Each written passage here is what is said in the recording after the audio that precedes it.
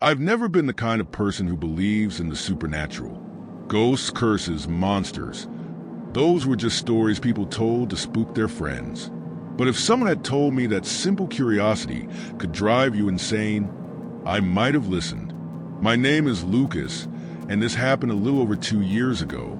It all started so harmlessly it seemed almost trivial. An anonymous email. The subject line read, "Have you heard of the Gray Door game?" There was no sender, just the content. A link and a short message saying I should click if I wanted to find out what lies beyond. Of course, I ignored it. At the time, I had more important things to deal with. But the message wouldn't go away. Even after I deleted it, it kept coming back, as if my inbox couldn't get rid of it. Something felt off.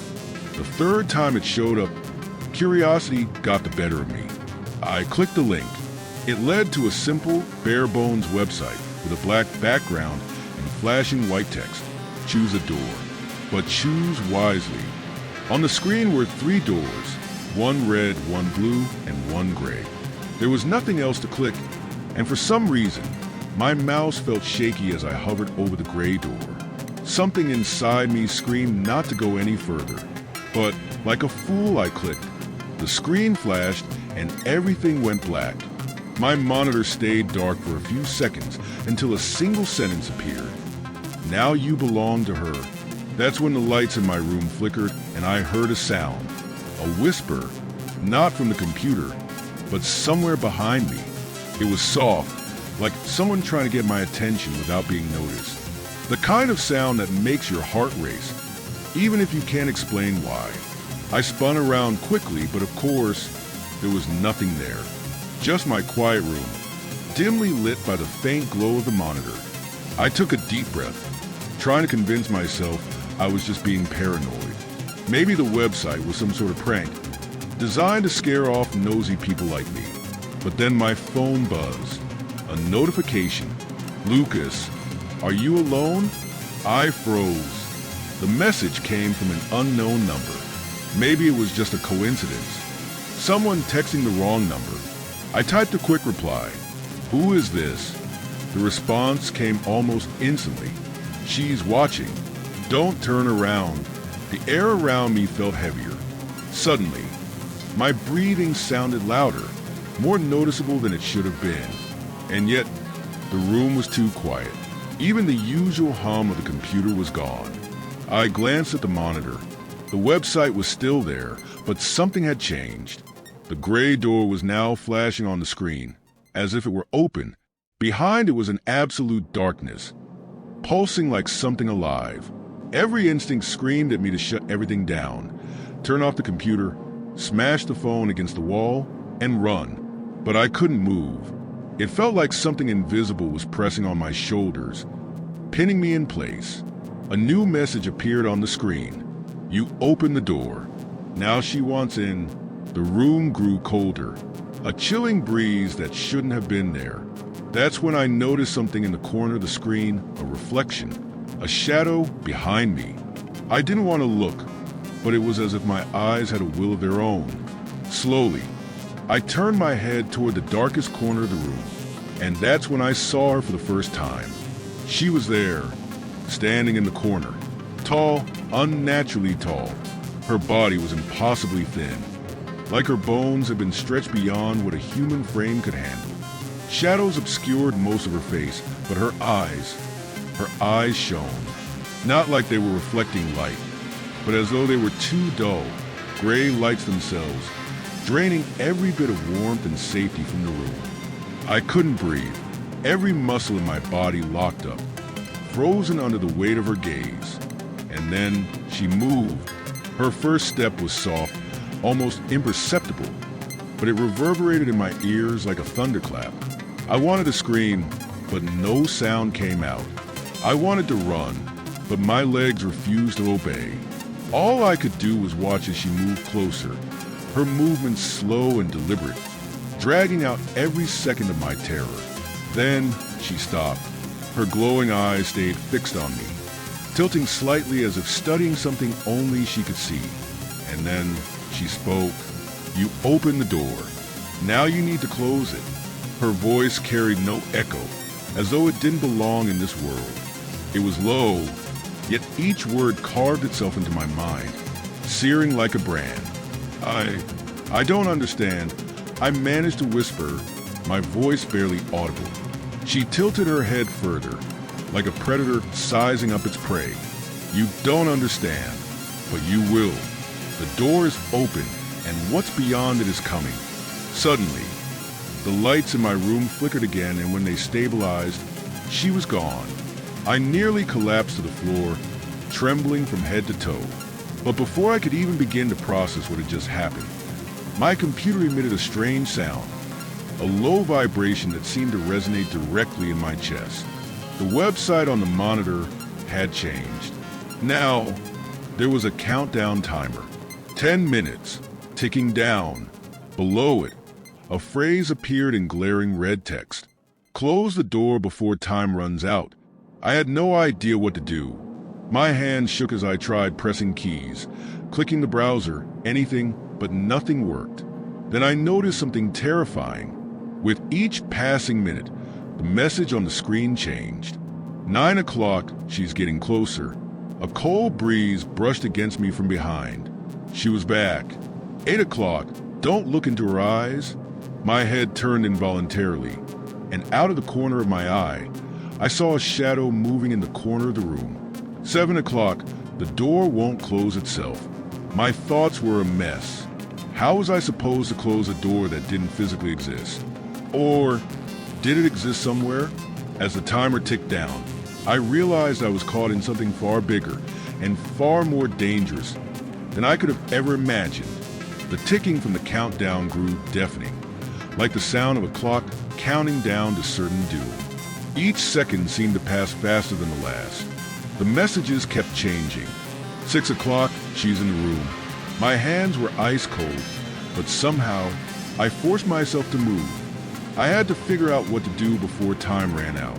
Grabbing my phone, I searched desperately for a clue, anything that could help. I reread the original message. Have you heard of the Gray Door game? I paused, trying to think. This wasn't a game. It was a trap, but something about it felt oddly familiar. I dug into my memory, searching for the faintest connection to the phrase. Then it hit me. Years ago, a friend had mentioned a creepypasta that had circulated on obscure forums. Something about doors that should never be opened and those who lurk beyond. At the time, I dismissed it as just another spooky internet story. But now, it was impossible to ignore. This was no coincidence. I turned back to the computer. I needed answers, so I did what anyone would do. I Googled it. Searching for Gray Door game yielded only a few results, but one stood out. A post on an old, nearly abandoned forum. I clicked it. The text was short, written in a strange, hurried style, as if the author had been too scared to be coherent. It read, "The Gray Door isn't a game. It's a test. Those who enter open the way for what's beyond. You only have one chance to close the door. Find the key where it all began. Find the key." But where it all began? My phone buzzed again. Another message from the unknown number. You clicked. The key is with you. Look in the darkest place. My stomach churned. I raised my eyes from the phone, scanning the room. The darkest place. It was where she had first appeared. Every fiber of my being screamed at me to stay still, but I knew I had no choice. Slowly, I moved toward the corner where I'd seen her before. Each step was a battle against every survival instinct I had. When I reached the corner, I crouched down. It was too dark to see anything, but my hand brushed against something cold and metallic. A key. It was simple, made of a dull silver material, with an unfamiliar symbol etched into its shaft. As I stood up, I felt it again, that oppressive presence. She was behind me. 5 o'clock, there's no turning back now. I turned slowly, and there she was, closer than ever. Her glowing eyes locked on mine with a look that almost resembled satisfaction. "Now you know where the door is," she said, tilting her head to one side. "But do you have the courage to walk through it?" She didn't move. She simply stood there, watching me with those piercing, glowing eyes that seemed to see right through me. Her words echoed in my mind, a cruel riddle. Do you have the courage to walk through it? The countdown continued ticking down. For 30, time is running out. I gripped the key tightly, the cold metal pressing into my skin, grounding me in the moment. Where is the door? I asked, trying to keep my voice steady, though it came out shaking. She didn't answer. Instead, she pointed at the computer screen. The gray door was still there, flickering like a sinister invitation. It was impossible. There was no real door in the room, but deep down, I knew the screen wasn't just an interface. It was a portal. If I go in, what happens to me? I asked, not really expecting an answer. She tilted her head again, her movements slow and deliberate, as though every gesture carried a hidden meaning. You don't go in alone. Something always comes back. My heart pounded. There was no choice. Was there? The timer was ticking down, and with each passing second, the room grew colder, darker, as though it was being drained of reality. I walked toward the computer, every step accompanied by the relentless sound of the countdown. My hands were trembling so badly that I almost dropped the key as I tried to fit it into the keyboard. It didn't make sense, but there was now a small slot in the corner of the monitor that hadn't been there before. The key fit perfectly. 3 o'clock, the door is waiting. I turned the key and the screen flashed with a blinding light. It was so intense I had to shut my eyes. When I opened them again, the monitor was gone. In its place stood a door, a gray door, exactly like the one that had been on the screen. It looked old, with peeling paint and a rusted iron handle. The surface seemed to pulse faintly, almost as if it were alive. Behind me, her presence grew stronger. You can't hesitate now, she said, her voice cold as ice. If you don't close the door, they will come. Who are they? I shouted, spinning around to face her, but she didn't answer. She just smiled, and that was somehow worse. The countdown was almost up. 2 o'clock, they're already on their way. My hand touched the handle of the door, and an unnatural chill surged through me. It wasn't a physical cold. It was deeper, something that froze my very soul. I knew that if I opened the door, there was no guarantee I'd be able to close it again. But time wasn't on my side, and I didn't have a choice. With my hands shaking uncontrollably, I turned the handle. The door creaked open, the sound sharp and grating, like nails on a chalkboard, reverberating in my skull. The air around me grew heavy, charged with an indescribable energy.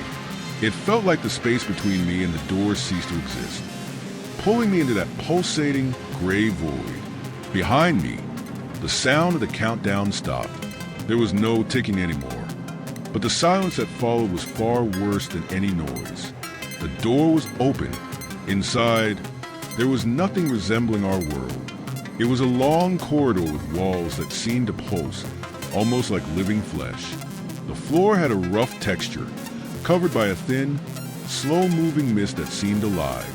But the worst part was the sound, a low, constant murmur, like thousands of voices whispering all at once, impossible to decipher. Behind me, she spoke again, but this time her voice felt distant, almost like an echo.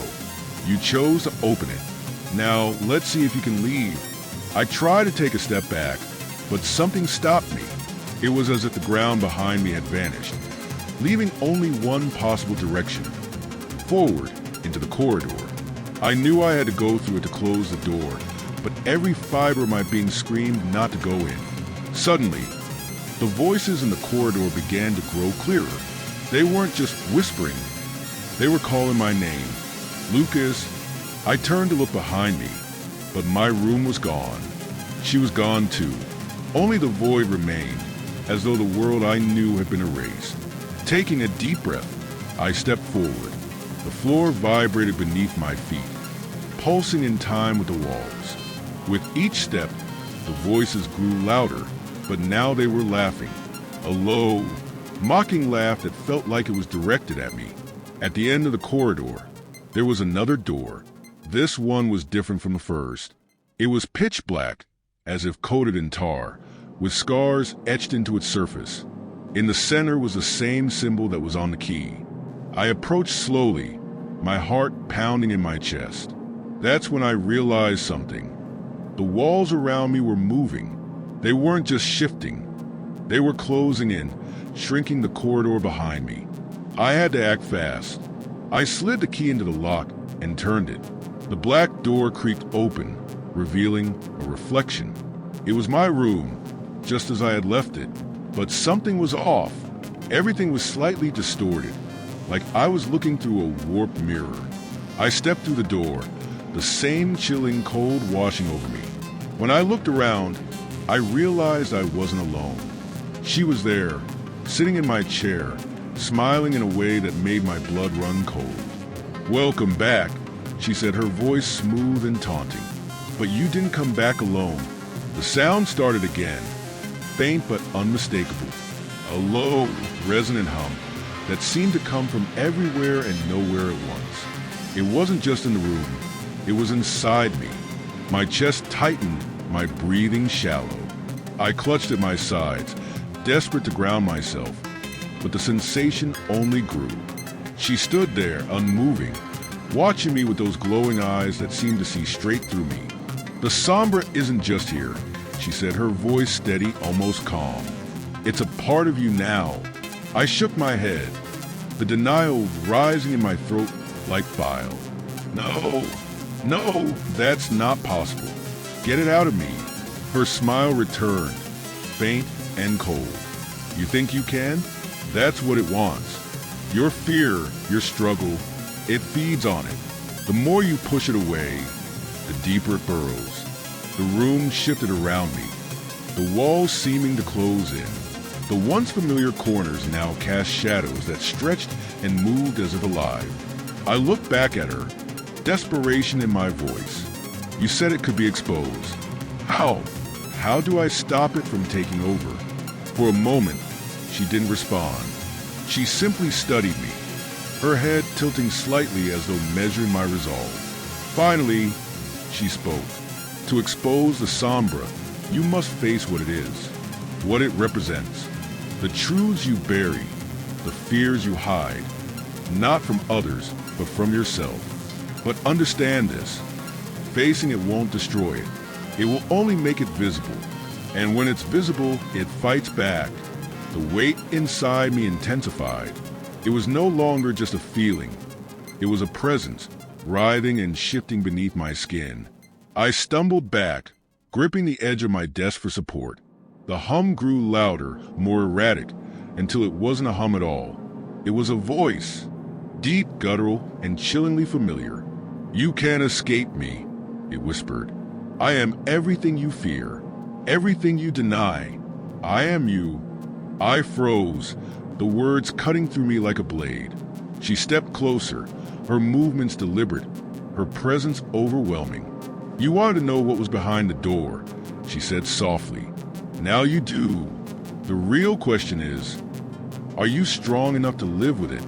I looked at her, then back at the shadows swirling around the room. The truth was suffocating, but I couldn't ignore it any longer. "What do I do?" I asked, my voice barely above a whisper. She leaned in, her cold, unrelenting gaze meeting mine. "Stop running. Turn around and look." Suddenly, I saw it. In the mirror of the room, my reflection was no longer mine. It was hers. The shadow. Her eyes were like black pits, and her mouth twisted into a smile that didn't belong to any human being. "Lucas," the reflection said, her voice an echo of my own fear. "You can't escape me." Reality seemed to crumble around me. The room distorted like a painting being erased, and I realized there was only one thing I could do: face it. But how? The reflection in the mirror continued staring at me, a distorted version of myself, but much darker. Her eyes were black holes that seemed to absorb all the light around her, and that smile, it wasn't human. "I am you," the shadow said, her voice echoing in the room. "Everything you try to hide, everything you fear, I am that. And now I am free. My head throbbed. Her words echoed like hammer blows, while the environment around me wavered between the real and the unreal. The mirror flickered, as if it were liquid, but still reflected that thing that was and wasn't me. "You're not real," I shouted, trying to convince myself more than her. "Not real." The shadow tilted her head, mimicking that peculiar gesture of hers. "Look around you. Nothing here is real. Not your room. Not this moment. Not even you." Her words pierced my mind like blades. Suddenly, the ground beneath my feet gave way, and I found myself falling, as if the world around me had collapsed. The fall felt endless, but then everything stopped abruptly. I was somewhere else. It was the same corridor I had seen before, the one that pulsed like something alive. But now it was different. The walls didn't just vibrate. They whispered, voices calling me, laughing, mocking. The air was thick, and the feeling of being watched was suffocating. In the center of the corridor, the shadow was there, now fully out of the mirror. Her form was indistinct, a tangle of darkness moving like smoke, but her eyes were still fixed on me. "You think you can defeat me?" she asked, her voice an echo of all the doubts I've ever had. "You can't escape what you are." "I'm not you," I answered, trying to sound firm, but my voice trembled. She moved forward, and each step she took made the corridor tremble. "I am your lies, your fears, your guilt, and the more you deny me, the stronger I become." My hands were shaking. There was no way to fight against it. It was intangible, a force that seemed rooted in my very existence. But then I remembered her words from before. The shadow cannot be destroyed. It can only be exposed. "If you are everything I hide," I began, taking a deep breath, "then maybe it's time to stop hiding." The shadow stopped, as if hesitating. Her eyes seemed to glow more intensely, as if trying to intimidate me. "You don't have the courage." I closed my eyes and let the memories come. The lies I told, the things I did and tried to forget, the times I pretended to be someone I wasn't. Everything. I let it all surface, and with it, I faced the weight of what I was. When I opened my eyes again, the shadow was different. Her form seemed less defined, less solid. She recoiled, as if shrinking. "You can't do this," she whispered, now with a less threatening voice, almost pleading.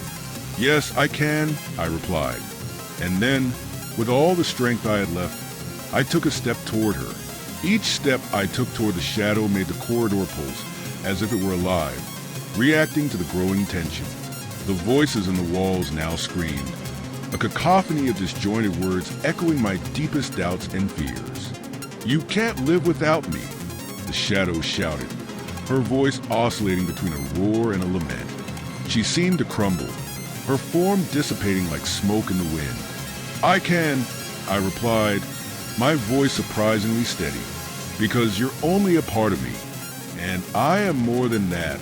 The shadow hesitated, her edges trembled, and her eyes, once black pits of intimidation, were now dull, as if the force holding them together was draining away. That's when I realized what I had to do. It wasn't about fighting the shadow. It was about accepting it. I took another step forward until we were face to face. I extended my hand, the simplest and hardest gesture I had ever made in my life. She recoiled, but there was nowhere to run. "You are part of me," I whispered, "and it's time to stop fighting." The shadow began to change. Her nebulous form started to condense, taking on a more defined shape. It was me, not a distorted or monstrous version, but a true reflection, as if I were looking into a mirror. For a moment, we stood there, face to face, and then she disappeared, not dramatically or frighteningly, but as if she had simply been absorbed back into me. The corridor around me began to collapse, the walls vibrating until they dissolved into a blinding light.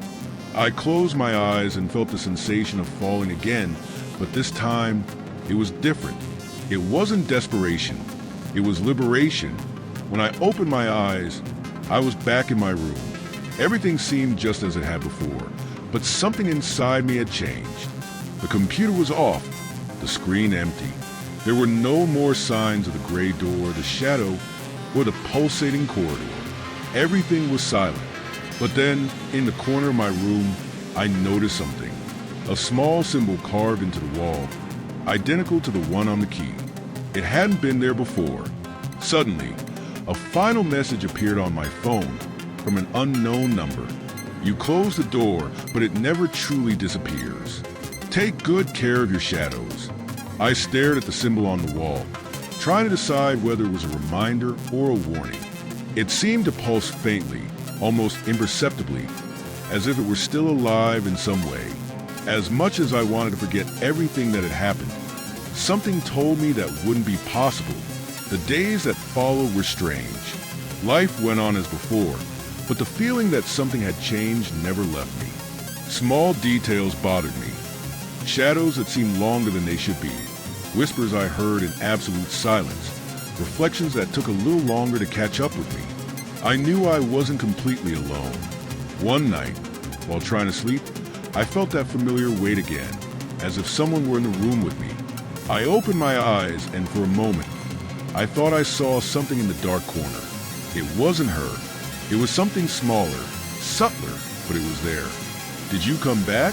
I asked, my voice a hoarse whisper. Nothing answered, but the silence around me seemed full of intent. The next morning, I decided to investigate further. I went back to the forum where it all started, trying to find others who had gone through the same experience. To my surprise, there were new posts, people reporting similar events, doors appearing, shadows chasing them, choices needing to be made. One specific post caught my attention. If you found the gray door, it never disappears. The only way to deal with it is to face it again and again. For a moment, I considered ignoring it. Pretend none of this had happened and move on. But something inside me knew it wouldn't be that easy.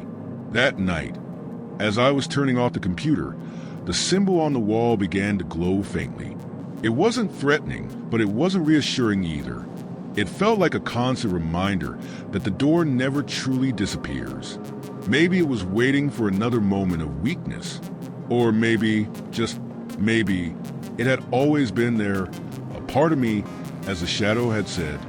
I lay in bed, trying to find a bit of peace. But before I could close my eyes, a final message appeared on my phone. "You passed the test. But remember, the door always opens for those brave enough to look." The room fell silent again, but I knew something was different. Something that couldn't be explained, only felt. And then, as sleep finally came, I heard a distant, familiar sound, almost imperceptible. A soft creak, like a door opening somewhere.